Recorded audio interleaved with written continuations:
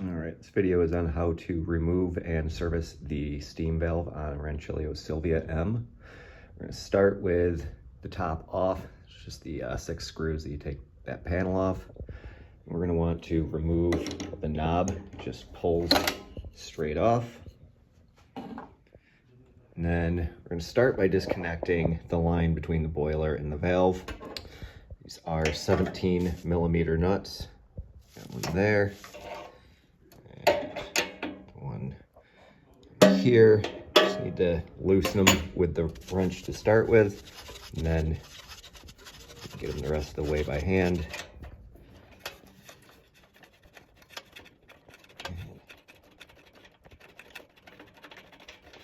There we go.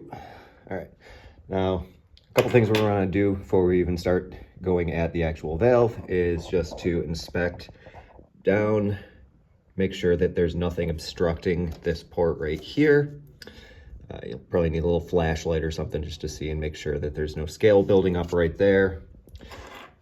Then same thing with either end of the tube that we just took off.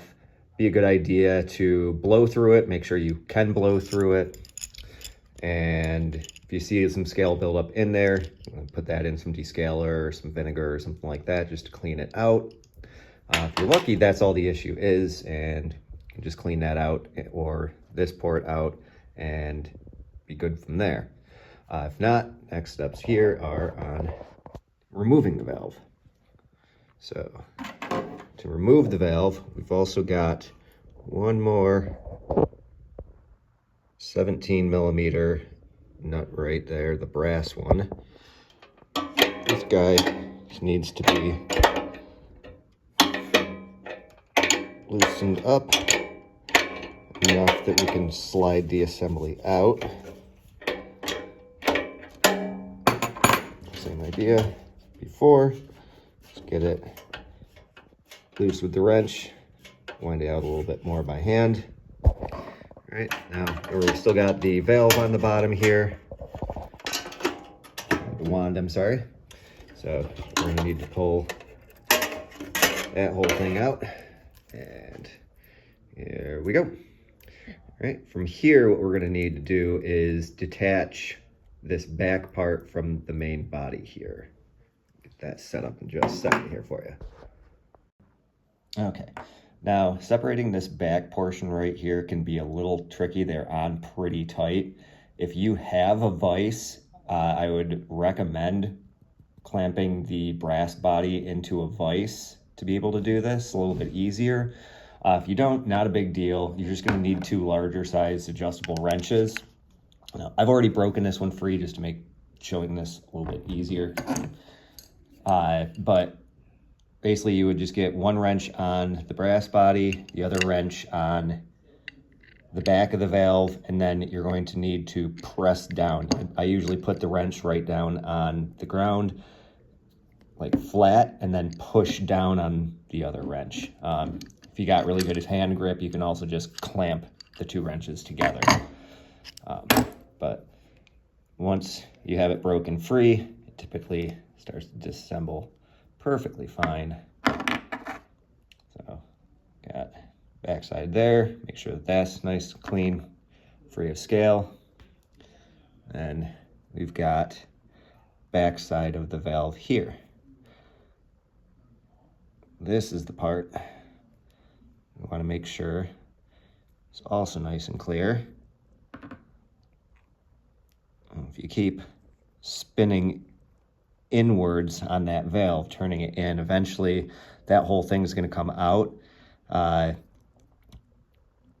Not really expecting to see anything much going on with the actual seal there. If you had a leak, I would say that you'd want to make sure that that seal is in good condition, but that's not a bad idea just to check anyways while you got it apart here. What we're going to want to be watching is, let me throw my handle back on here real quick. That a little bit easier. There we go. All right. So, get it out. And it'll be kind of tricky to see in this light, but you should see your opening right down here, down to the wand. So that is the only other place that you could have any scale buildup. My honest recommendation would be that it's a heck of a lot easier to just take off this bottom part with the valve still in the machine to get a good clean out of that whole area, and then also be able to blow through the wand and make sure that everything is clear. But it's not a bad idea at the age of your machine to be able to open it up and check that seal as well, just to make sure it's in good condition. Because I'd hate for you to have to go through a bunch of cleaning and all that just to find out that a couple months down the line that seal was bad and you need to replace it. As far as reassembling, just go back from where we were. Just going to tighten that down. Get our wrenches on. Snug everything up.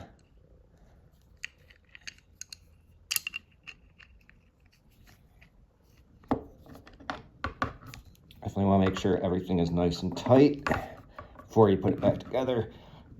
Otherwise, you'll have to take everything back apart and reseal everything. You may have noticed also I took the backs off here just so you have recollection, if you need it, of the order that went in. We got that washer right there, flat washer there, and then the nut goes there.